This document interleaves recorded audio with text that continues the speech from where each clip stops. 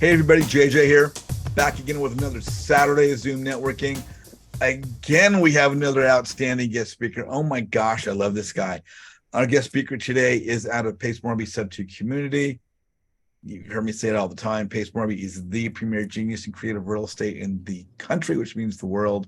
Pace's Sub2 community is by far unparalleled, the best real estate education platform in the country, bar none. Don't care who you are. Our guest speaker today is a young man, started as a student, investor, started as a student. This guy's had a path to get to success that it is unbelievable and unparalleled. We're going to talk about his journey and how he's got to become a successful investor. One of the biggest wins of real estate for each of us is not just the monetary gains that we hope to achieve and the legacy that we want to provide for our family, but it's the people that we meet along the way. It's the relationships that we make.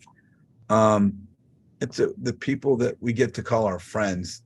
And I can't be more fortunate than to say that this young man is not just somebody I know as a fellow investor, but is a personal friend of mine, my good friend, Mr. Damon Ponder. How are you, my brother?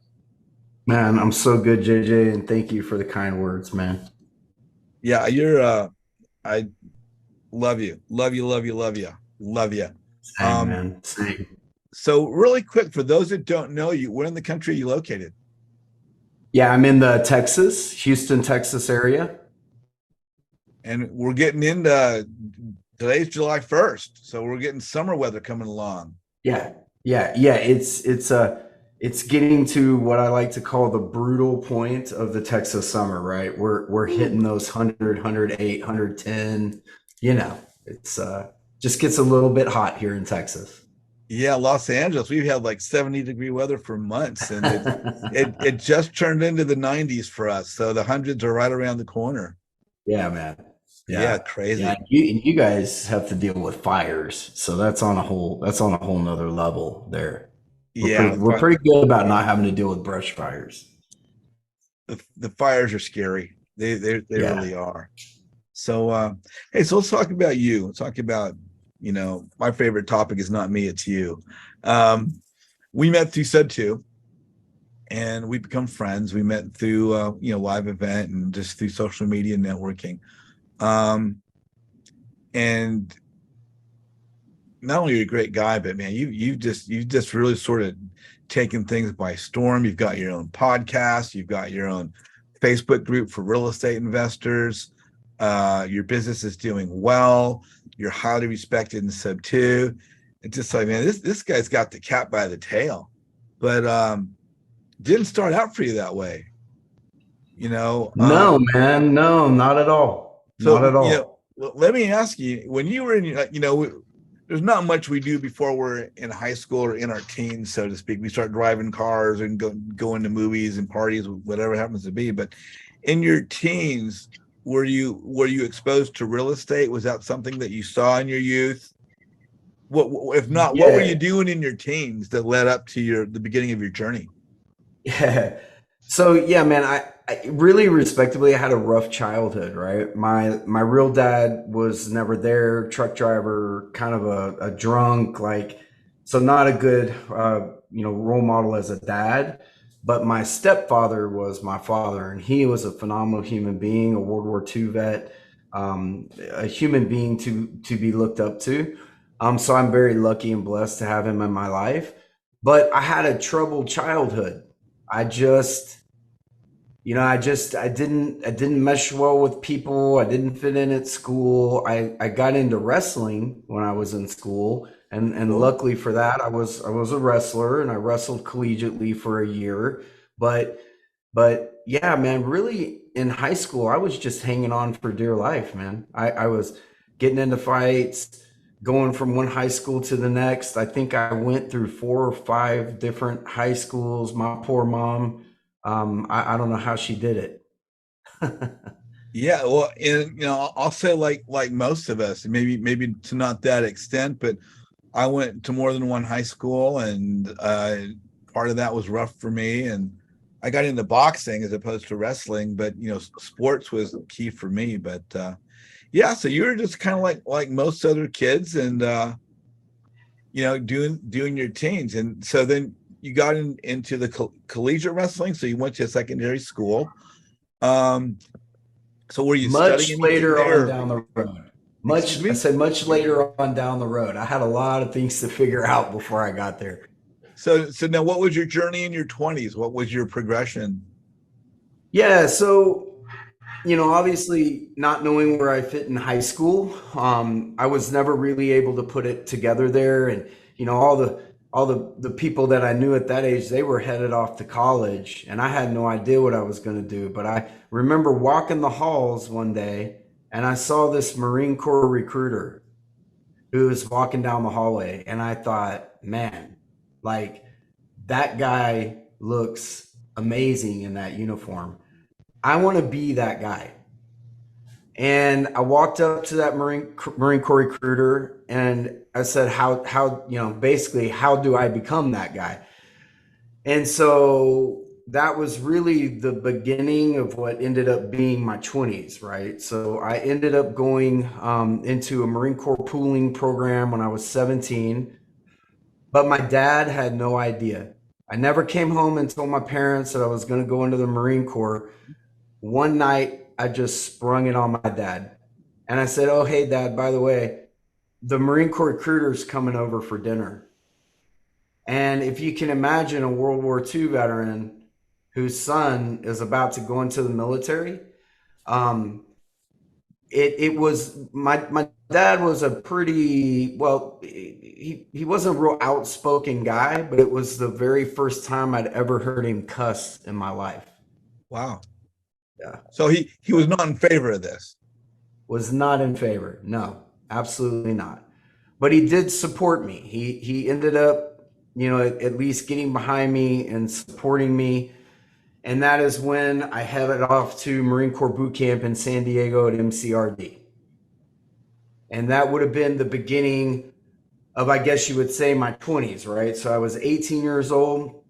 I went through Marine Corps boot camp, and then I ended up coming home for 10 days after boot camp. But then I went right back out to California, and I was at Camp Pendleton, California, on Camp Horno, and I ended up with 1-1 in the Marine Corps, and I was in Marine Corps infantry, and yeah, really just I traveled that road for the next 8 years, and so yeah, really the first part of my 20s was really comprised of the Marine Corps.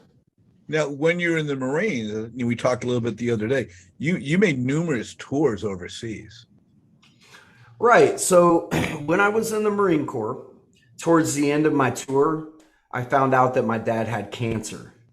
And so instead of re-enlisting, I felt like it was time to disengage from the Marine Corps and come home and spend time with my dad because I knew it was terminal. And so I made it home just in time to spend the last 6 months of my dad's life with him. But while I was at home, if you can imagine, I was still that kid from high school, and I didn't fit, and I fit in the Marine Corps, but I didn't fit kind of in the normal world, if you'd say. And I ended up, just I had an aggressive side to me, right? And I ended up getting in a fight. And when I got in that fight, I ended up with a Class A misdemeanor assault. And I ended up actually going on probation, and I elected to, like, instead of spending all this time on probation, to do, just to serve it out in an actual jail, right? So I went for 30 days, and I spent my dad's last Christmas alive in a holding tank, right? And that was the place that I decided, like, this is not who I am. This is not who I want to be, right? This is not the path. And yeah, so really, as my dad progressed, got sick, passed away, but as I loved that old man more than anybody in the world, we ended up developing the strongest point of our relationship in those last 6 months. And he made me promise, do not go back to the military. I want you to go finish college first. And I made that promise to him. And so I didn't really consider the reserves, right, to being in the active military, right? It was like, I'm just going weekends, it's and so I ended up going into the reserves and I started going to school and I went to school.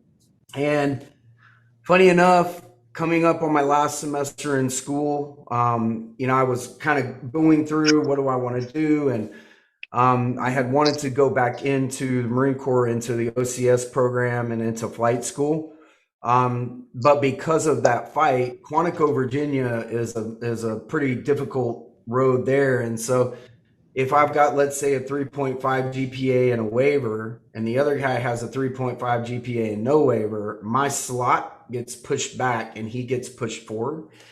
And I kept dealing with that over and over and over again, right? So if you can imagine this down point in my life that I was just like trying to get away from, it just kept coming back, right? And it was getting really frustrating. It was like, man, am I going to have to give up on my dream? And I had an Army recruiter that came to me and said, hey, I can slot you right now, right here for OCS and flight school. What do you want to do?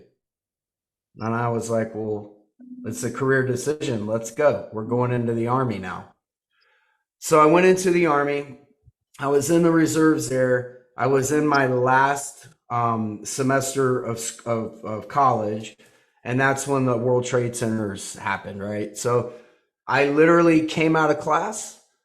I was watching it on TV. I saw the World Trade Centers come down, and I literally made a beeline from the school to my reserve unit.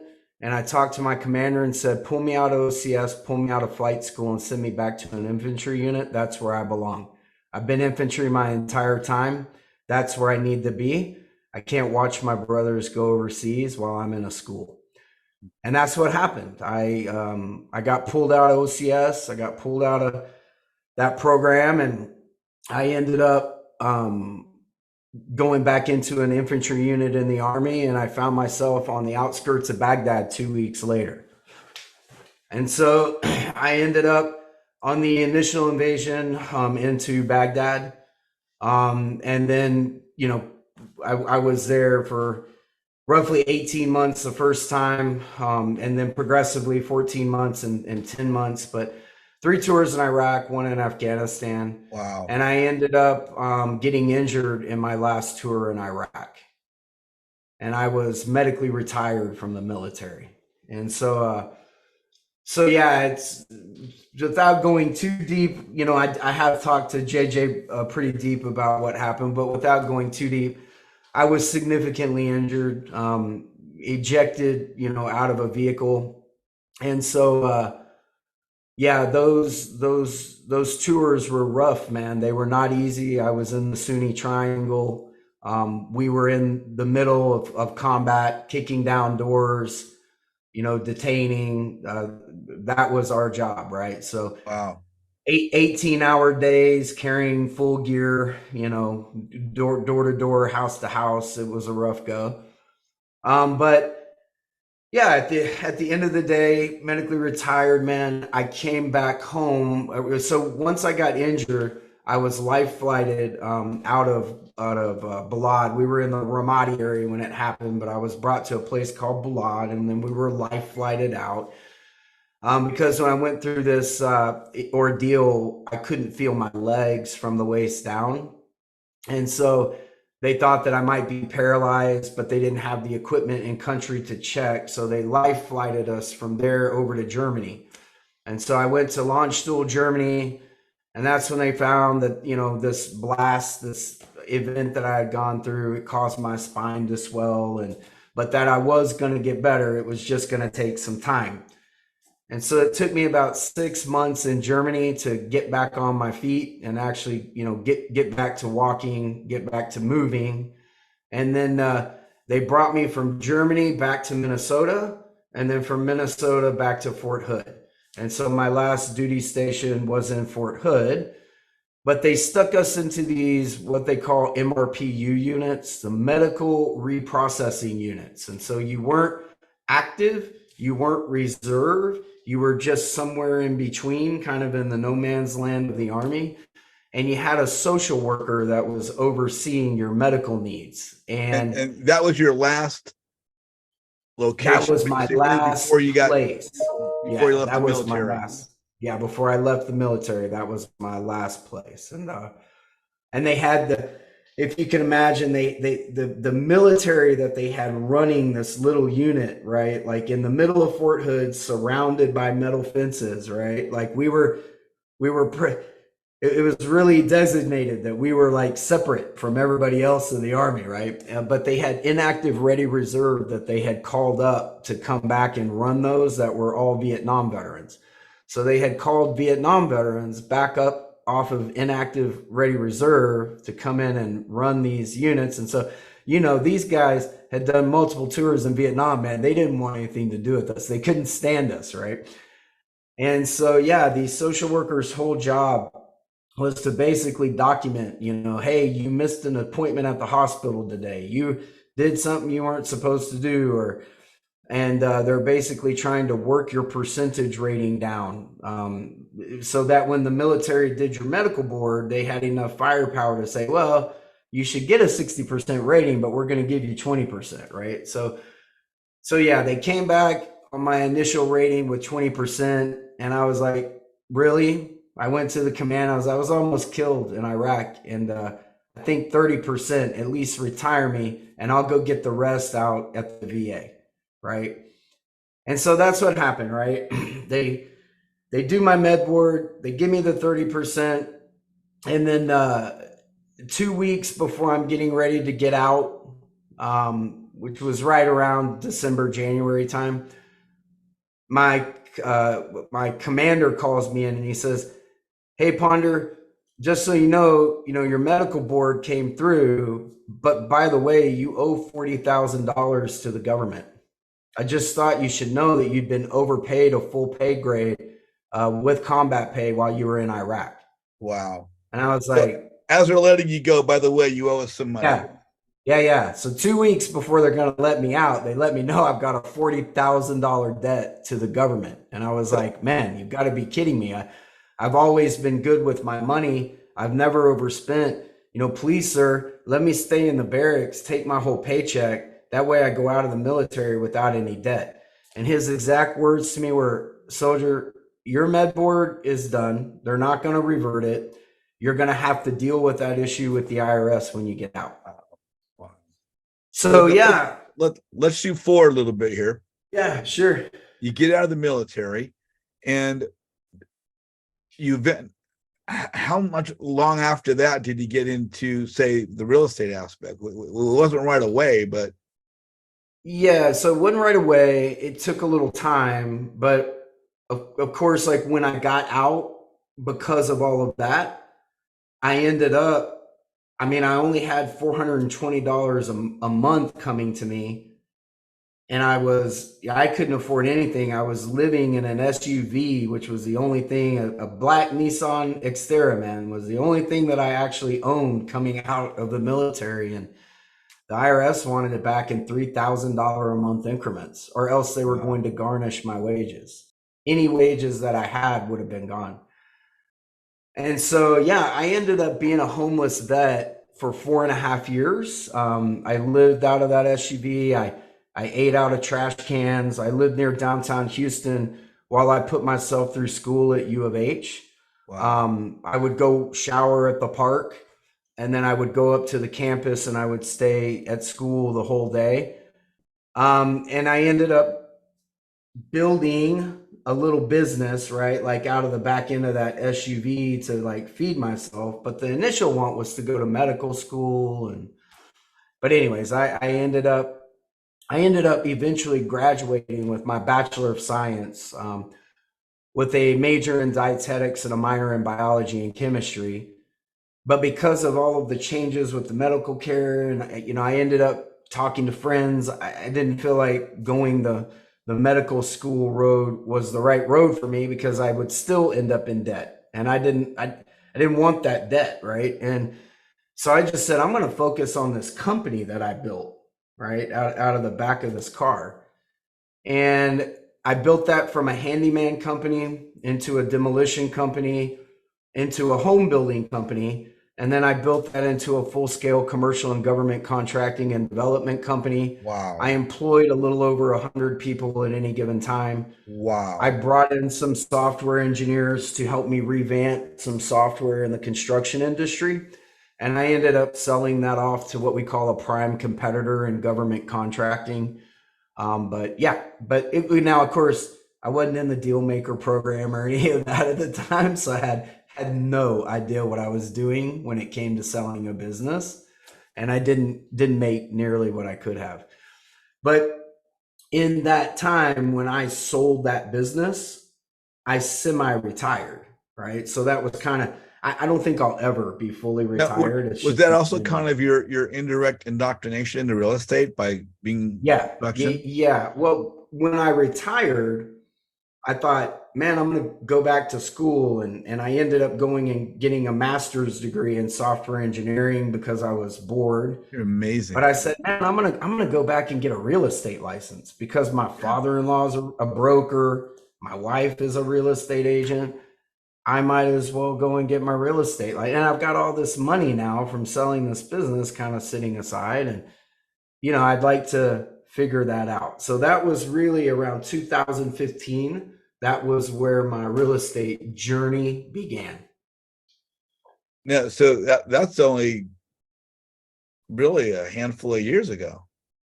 Yeah, yeah, yeah. I mean, it hasn't been long. I mean, but if you can tell by my personality, when I go into things, I'm 100 miles an hour in one direction. I dedicate myself wholly and completely to that thing. There's no swaying me. And And so I knew that in terms of real estate, I didn't know much and I needed to surround myself with people who knew better than me. Hmm. And He, so I started reaching out, man. I started networking and talking, and I ran into this fabulous guy, fantastic guy here in the Houston, Texas area. Name is Michael Weingrad.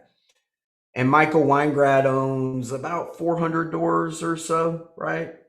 But now I thought, man, 400 doors, holy moly, right? Like I didn't know in context, like I didn't know people like Pace Morby and people that own thousands of doors, right? So 400 doors is no small feat, but he's not that big in the grand scheme of things. But what I thought was really cool is, man, this guy is using some creative ways to get into this real estate. Like he's not just going out and buying a house.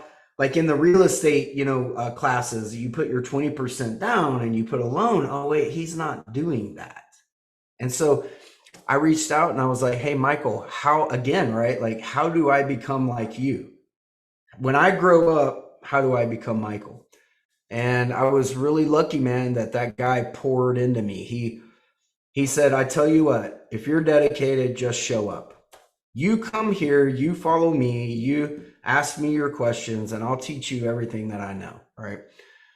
And that was it, man. I started, with the help of my father-in-law, with the help of him, with the help of a lot of people buying properties. And I took that construction knowledge and I got really heavily vested in the flipping area. And so, yeah, we were doing a lot of buy and holds, a lot of flips.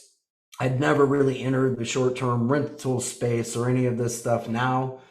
Um, but I really just started buying properties, man, one after the other, one after the other, one after the other. and so this was how long before you say Kim? Because we met through Sub too. So how long were you Uh-huh. doing this before you kind of ran into Pace? And because it seems like in the time that I've known you, which Sub two's only been around for 3 years now, so this takes us back Yep. to what 2020, and yet Right. 2015 you were just basically getting started. So Yeah. how did that transpire into Sub two? Yeah. And so obviously, being vested in real estate and continuing to buy properties, and I'm starting to look at these things online, and that's when I saw Pace. And I heard Pace talking about the things that we were doing, right? Like Mike, but he was doing them at a very different level, right? Almost say, you say on steroids. He's private money lenders, and there were just so many other things, right, that I wasn't doing that. And I was like, man, this is amazing. But then I started really watching him, and what I found was it was like, man, what a community. Like I started to wrap my head around the community that he was putting together. Yeah. So about a year, maybe a year and 3 months, 4 months ago, is when I bought in to Pace's Sub 2 Yeah. program. And I have been, and it was actually Don Walker and Mike Jackson, who were my first contacts. And Mike Jackson is actually the one that got me to somebody to actually get into the program. Cool. And that being said, I have always, from that moment, been forever grateful of this community and everyone in it. And I tell Don and Mike every time I talk to them, man, how appreciative and grateful I am for them. I love Dawn. She's wonderful. Man, Don Walker, Texas Ranger. She's amazing. Yeah, I love her. There you go. There you go. Sean Baxter, you are on with Mr. Damon Ponder. What's your question? Hey, Damien. Just want to say thanks for your service and your dedication for everything you've done. Coming on to the 4th of July here just means so much more for the country and everything else you've done for us. I appreciate you, man. Thank you. Hey, thank you. At the beginning, you kind of mentioned like the relationship and like meeting people and everything like that. And as we've gone through, and Pace, he says, join or don't join my community, just get with them, have them help you, anything else like that. And part of my question is like, how do you get those, meet the people and have a relationship with them that that you can work good together, you're meshing, because you always do business with people that you like and trust. So do you have any recommendations on that? Yeah, so like for me, man, I'm a massive introvert, like obviously, right, from the military, and I have to force myself, like literally force myself out of that space. And the way that I look at it is that I trust everyone until you give me a reason not to. And I'm kind of like Pace, like once you burn me, like I want nothing to do with you. And I thank you that you have taught me that life lesson. And so when I started looking at it that way, it allowed me to come out of my introvert nature and start going to like the Texas RIAs. Like I was looking for anything that was real estate investing, and I made the effort to get out of my seat and go. Because one of the things that I found is that I would always hear like, man, these people like, man, I'd really love to get into real estate investing, but then they would just never do it. And I'm like, well, nobody's going to call you on your phone asking you, real experienced real estate investors aren't going to call you on your phone and ask you like, hey, come down and invest with me. And so when I started doing that, I found just one by one by one, I started meeting, right? And then the momentum started to pick up. And it was, I met one, then two, then five, then 10, right? And the momentum picked up, and before I knew it, I knew so many people here in the Texas area that it didn't matter whether it was a flip, a long-term hold, a house, a multifamily. I had somebody that I could call upon to ask questions. And I think that that's one of the things that people maybe are annoyed by me, because I know Pace has called me an asshole before, right? But I am not scared to ask a question. If I don't know, one of the things that people know about me, I will never tell you that I know something that I don't know. I will say, I don't know the answer to that question, but I will find the answer and get back to you with it. Right. And so I think people looked at me as somebody that was willing to do what I said when I said I was going to do it. And it just allowed me to continue to build relationships. Does that kind of answer that question? Yeah, that does. It's just you got to get out of your own way to make things move. Now, saying For that, sure. since you've with all you've done and your business is growing, is there something that we can help you do? Yeah, absolutely, right? So I am 100% growing my business. As JJ knows, we met at the Dealmaker protege program in Tampa. So I am actively out now buying businesses. I'm also doing small business acquisitions. We're in the works still on a business in Florida. We may be on the works on another business in Georgia. So any of that, I am completely open to. I do private money lending. I do gator lending. I do like to do short-term loans right now, somewhere between 3 and 6 months.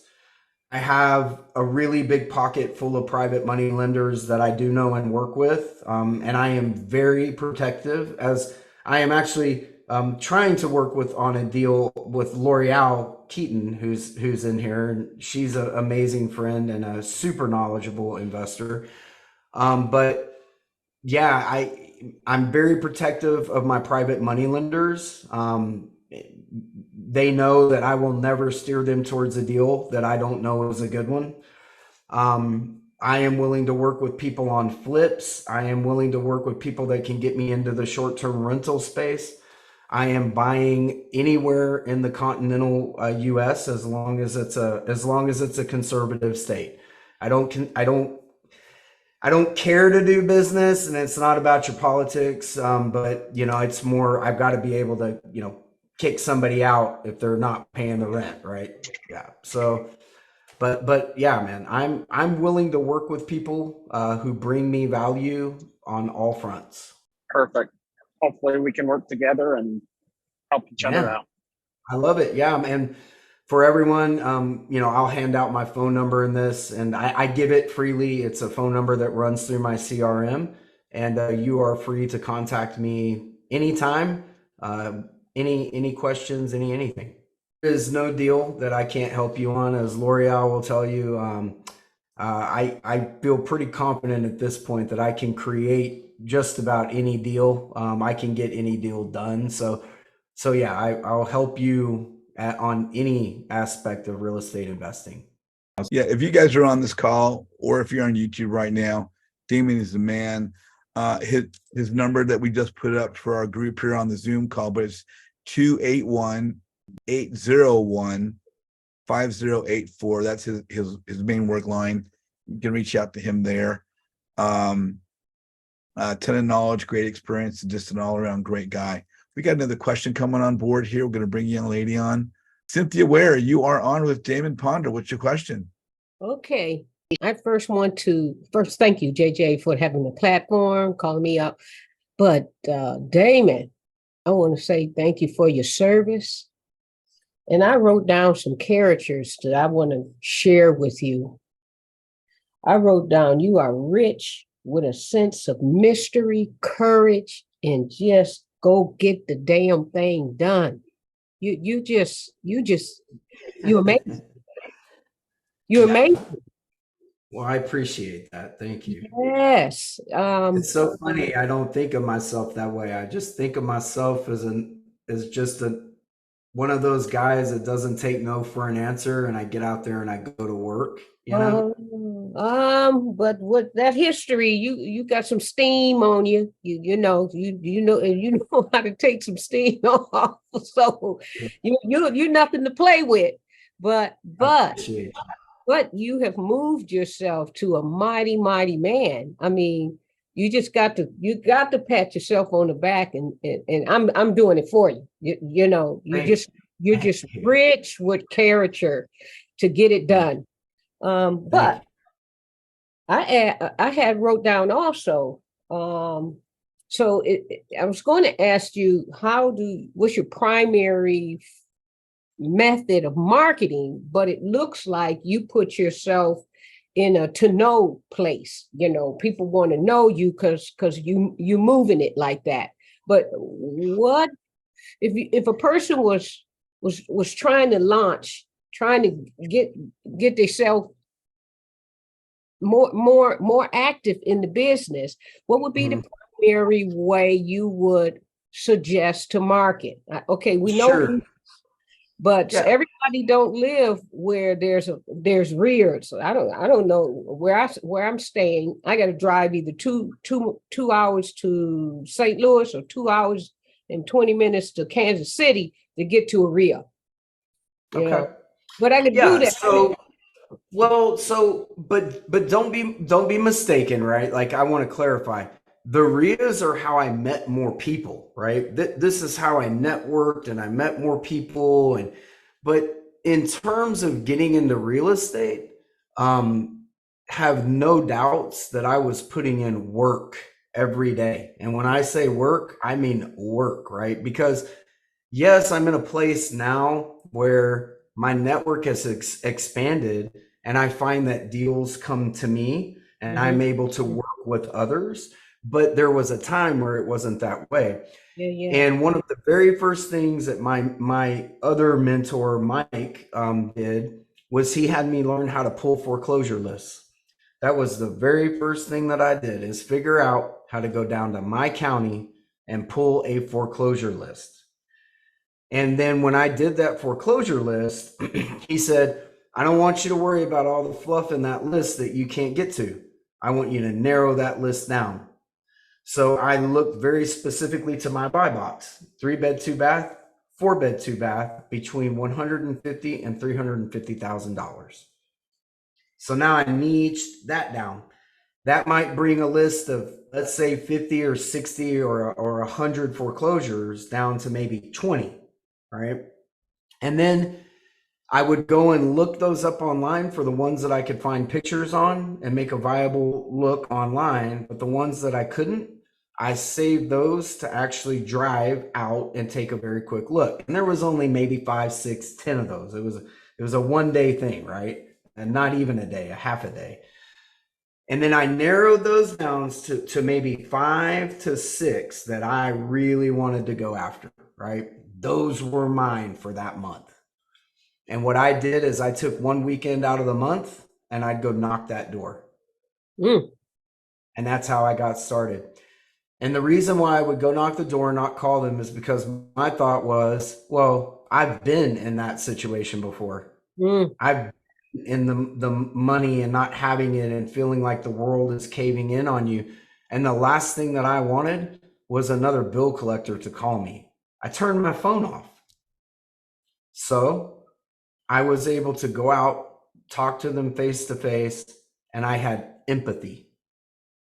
First and foremost, I led with empathy, because I would tell them, knock that door and say, hey, I've been there and I understand it. And I am so sorry for your situation.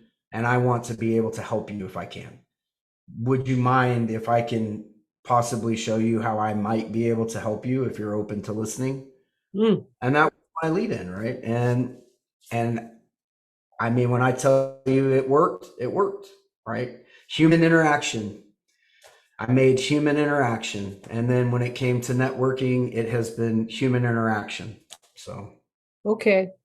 So, I personally am not in that place mentally to knock on the door by myself, but I'm thinking about a gentleman I just met in St. Louis that I may see if he wants to do that. Want to come go knock on the door. Cynthia, let me ask you something. Are the properties you're dealing with in St. Louis? I know there was one that you're dealing with, and that's about a 2-hour drive for you. Yeah, I go to St. Louis. I stay. And what I'm getting at is, I know a number of people around the country are forming door knocking teams. They're forming door knocking teams. Okay. So your experience in real estate and knowing how to assemble a deal, knowing how to package all this, there are plenty of young entrepreneurs up there that are just looking to get going. And you might look to create a door knocking team for St. Louis where you head that team up. And then you have people either working specific parts of the team, certain zip codes, certain counties, maybe spread the wealth all over evenly. But there's a couple of people that I can introduce you to on how you could create yourself a door knocking team where you're now generating leads, and then you're leading that group, and then you can work with Damon and other people where we can help you to do that by introducing you to Damon and introducing you to other people that are currently using that format. Okay. Sure. Yes. I love it, man. Networking in progress right here. Yes. Okay, Yeah. and then I have one more question. I like that, JJ. I appreciate that. And Damon, we're gonna hook up. Yeah. But I'm my here. other question is, this thing keep coming up when I'm on a Zoom, which I just can't grab it, and it's starting to irritate me. And that's this thing, fear. People got this fear, and I'm like, hell, just study. Do your due diligence and study and keep rising up and taking one step to another. I mean, what is this fear thing that keeps running you over? What do you feel about that? Because I had to tell somebody, hush it. I can't hear it. I can't hear no more fear coming out of here. Or I got to get off. Because I just feel if you do your due diligence, you just get your head down and work hard and just kind of stay with it. It will work out. You know what I'm saying? It may not be working out as fast as an individual wanted to, but throw that fear out of the window. Because what is the point of doing it if you gonna sit up here and gotta overcome this damn fear? It's just, and I keep hearing it off and on. So what do you feel about that? Well, yeah, I can keep that brief, right? Because for me, I'll never feel the fear that I felt when I was in Iraq or in Afghanistan. There will never be that fear again. Life is easy, man. Life is so much easier than people make it out to be. 9 times out of 10, it's just people that get in their own way.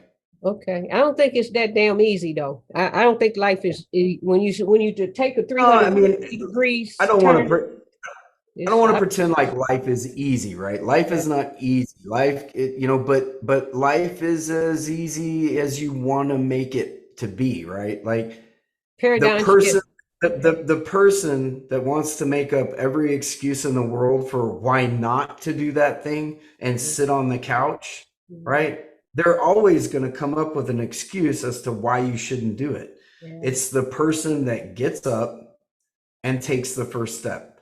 The hardest step is the first step.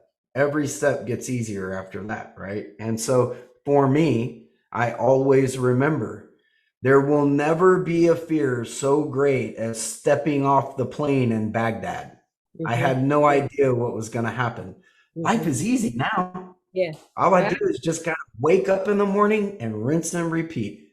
Do the things that the people that are successful are doing and ask them the questions and rinse and repeat and you will find success. You will. Right. I can respect that. I great respect for that statement you just made. I mean, if you've been in the trenches and then, everyday life is nothing compared to the trenches. Yes. Thanks for your service, sir. Cynthia, before you head off, I want to throw a tail into that. When you're talking about other people dealing with fear, right? Because I know you're pretty darn confident, and we see probably a lot of people, whether it's people that aren't taking action or people just have fear.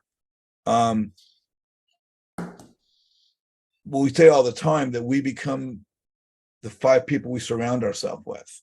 Yeah. And as we network and as we build relationships with people like Damon, that's only going to make us more confident in who we are. Yeah. And people will have fear when it's the opposite of confidence. And if people are surrounding themselves with people, they're networking, they're building relationships, they're going to find that they have somebody that they can call and talk to. They're going to feel less fearful and more confident because they know they're surrounding themselves with people. In Los Angeles, just last weekend, we had a networking event for 200 investors, the first live one that I've hosted in 4 years since before COVID. And we had people flying from all over the country, and of course I organized it, but what I got to see were people building relationships. And as we as investors, whether you guys are on this call right now watching, whether you're watching on YouTube, we as investors, as you build these relationships, it's the people you surround yourself and truly build relationships with. That does not mean adding to your Facebook friends list, because that means nothing. That's true. But when you're building relationships with people, you exchange a phone number with them, you call them, you get to know them, and you're surrounding yourself with people of a like mindset. They're going to help you with your direction and your focus, and you know that you're in the right direction. And when you surround yourself with people like Cynthia Ware, like Damon Ponder, you have no choice but to become more confident about where you're going.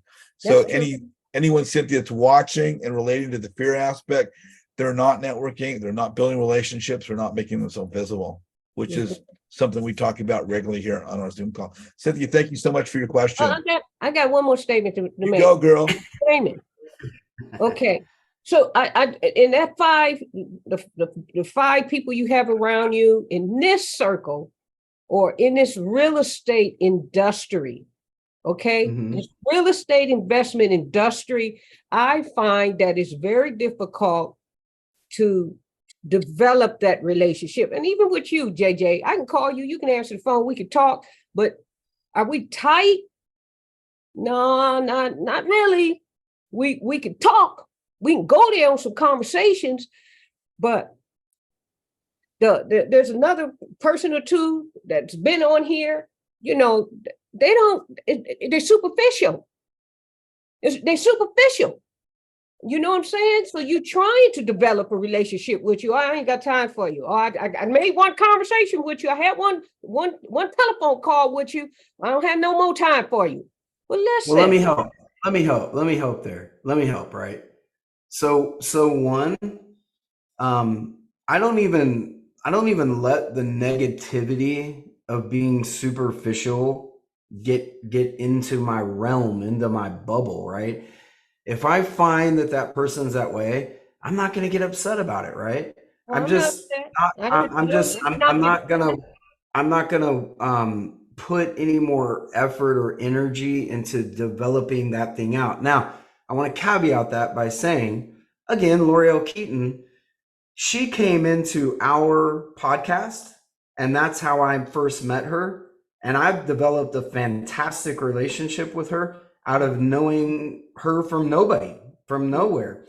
We are currently trying to work on deals in Brunswick, Georgia, for short-term rentals, right? That's where I'm from. I'm trying to get back there. Yeah. Brunswick, Georgia. Yeah, I'm trying to get back to where my mom is. Well, if you can point us to somebody that knows about houses in Brunswick, Georgia, you're going to be our friend too. So, but the point, right? The point is that I surround myself with positive people that bring value, who I can bring value to. And that's it, right? Like it's me and JJ, same thing. I am always striving to see how I can bring value to JJ, not the other way around, right? I don't expect JJ to bring any value to me, but I know that JJ, because of who he is, will want to bring value to me, right? And I look for that relationship. And if you focus on that relationship, you will surround yourself with the people that you're looking for. Okay. I'm going to reach out to you. I just like that energy. I like that energy. Thank you, JJ. You're welcome, Cynthia. Damon, Cynthia is awesome. She's a wonderful, wonderful person. Can't say enough about her.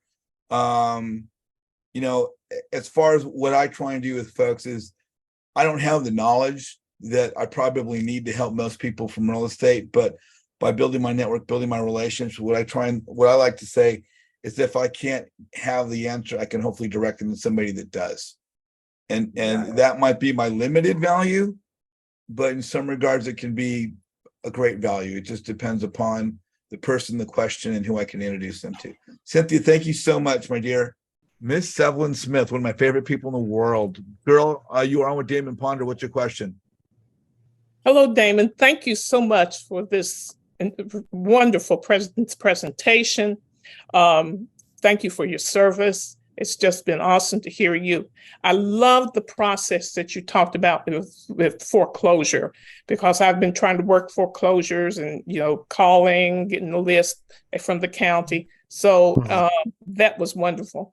My question is about private lenders. How do you identify a private lender that you would want to consider working with in a business? Yeah, so that's a broad question, but I can narrow that down, right? So I always look at from aspect of, myself with my money, right? I, as a private lender, I kind of know where my box is, right? So I know that I like to loan 3 to 6 months. I know that I can loan,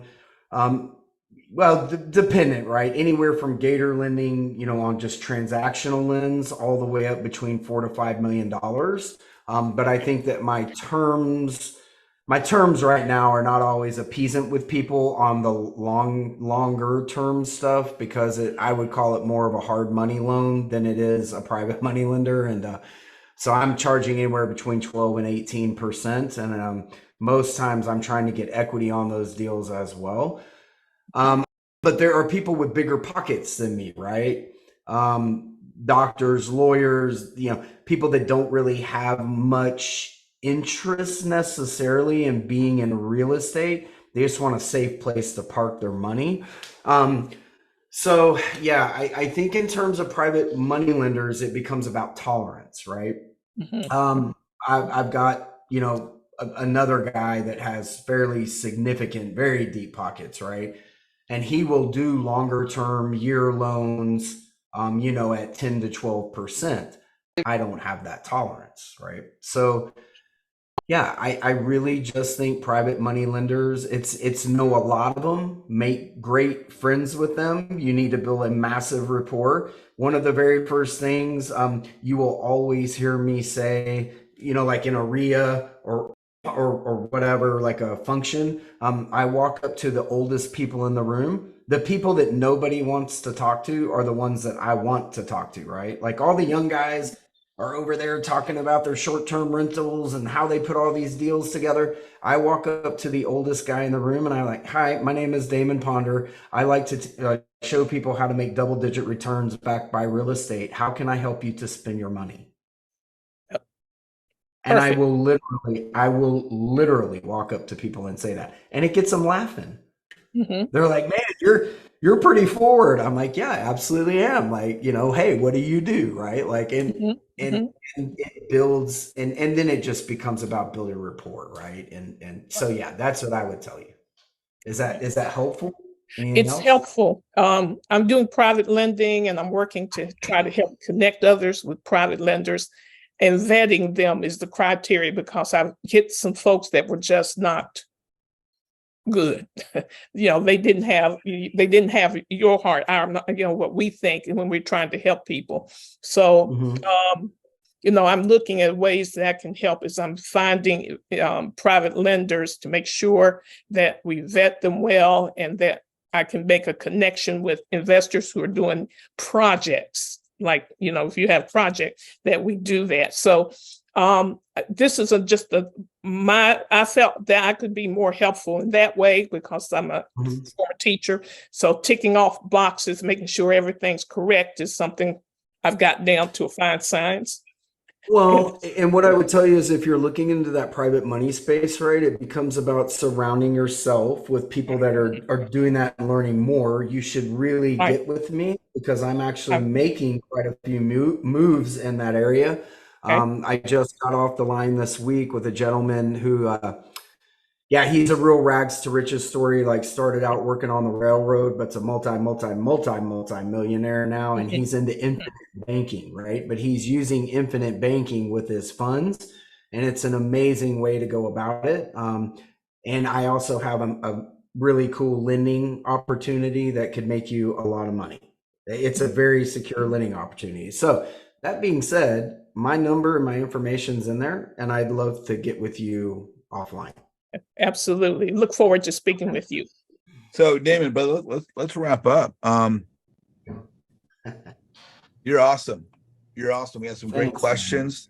Your story is amazing. You know, what really stands out to me was, you know, when you'd hit probably, I don't know if it's as low as you can go, but the military let you go. They cut out all the money you're supposed to be coming to you, and you end up homeless on the street, living out of a vehicle, and somehow or another you just turn that around from a handyman business to working and then construction and then going to college and then getting your degree, getting your education, and you just flip that upside down, which is just shows nothing but your integrity and your character and your fortitude. And it you know you are so amazing and such an inspiration. Sometimes when we're just being us, we don't realize maybe the example we set or the bar that we raise for everybody else, or because we're just being us. But and you just being you, brother, you're outstanding. You're one of the true rock stars, leaders, heroes, not only in our community but just in our world, in our country. And I couldn't be more proud to call you a friend, my brother. Man, I really appreciate that, man. And same as always to you, man. Yeah. So And I'm and I'm and hey, I'm and I'm coming out there soon, man. We already hey, talked about that. I can't SoFi wait. Stadium, Rams game, Chargers game, Dodgers, Lakers. Let's go do it. So, Damon, let me ask you: people want to get in touch with you. What's the best way? Are you coaching? Are you training? Are you mentoring? Do you have a program to help people? Are you taking on interns? Um, Yeah, so man, like almost all of the above, right?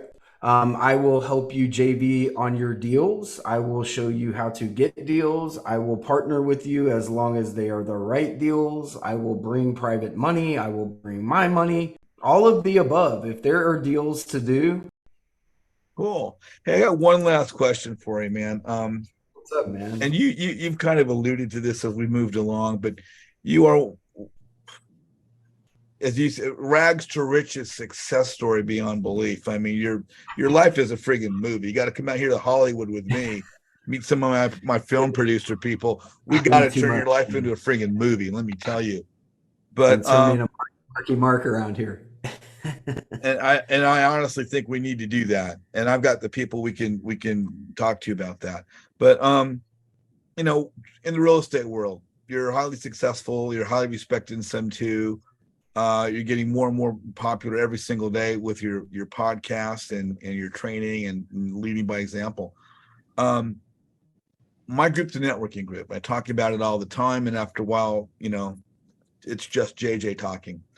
But from your standpoint, whether one's a brand new investment student coming to social media, meaning a Facebook group such as Astro or Sub2 or some one of the many groups that are out there, or whether one is an experienced investor deciding to come to social media, deciding to come to one of these education groups that has a Facebook page for their community.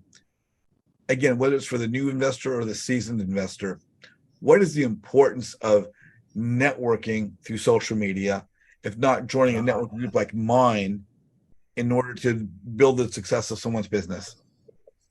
Yeah, man, I could probably go on for days about how important that is, but I won't, right? I think in real estate, everybody gets this like I got to take care of me or I got to do it for me, and what they don't realize is that the network is the most important thing. And so I think coming into this community, it's a real wake up call, right? Um, like JJ's group, I can't even tell you how important it is. Like getting into a network and putting yourself out there and letting people who understand networking, because I'm an older guy, I surely do not understand social media to its full potential, but somebody like JJ absolutely does, can help you in that aspect. And again, it is getting connected, guys. Like allow somebody like JJ to get you connected. He showed me his Rolodex, right? Like we were just talking and we were talking about how many contacts he had. I mean, I think it was just like 24 or 2,500 just on your phone in the sub two community. Like, so he knows everyone, right? Any question that you need answered, he can find you somebody to help you with that. Yeah. Networking, most important thing, hands down. Well, I thank you so much. And again, thank you for being here. Look forward to your visit to LA more than you know. Again, guys, if you want to get a hold of Damon, go to his website, which is, and I'll spell it SAOIRSE realty.com. If you want to connect with me, go to my website, jjazizian.com, click the register now button. Look for more of our videos coming up on Flip Side Up with JJ. We're going to have more great speakers. And, register for the group, join us, network us, reach out to me. And if you're on the call right now, do not go away. We're going to do some live networking with the breakout rooms, as we always do. And I guess, Damon, now's where we just tell folks we'll see them later, right? Bye, guys. I can't Over wait now, to guys. work with all of you. All right. Bye. See y'all soon.